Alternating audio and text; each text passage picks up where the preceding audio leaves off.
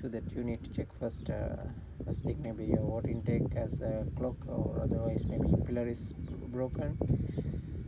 Once those after check those things like pillar and water supply system, clock or some issue, then probably the problem will be thermostat.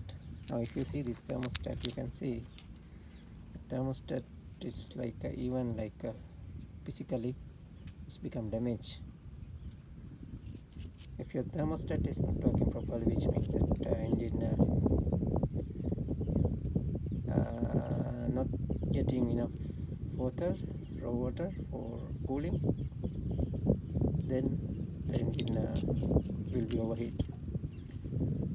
So you need to keep in mind this one. Then due to company specification, you need to replace the thermostat. Here also we have a new thermostat, and also when you replace the thermostat, you have to replace with this thermostat housing. This is the place. The thermostat is good. This is Mercury 200 outboard motor. When you fix, also add a little bit grease on the o-ring, then your problem will be solved.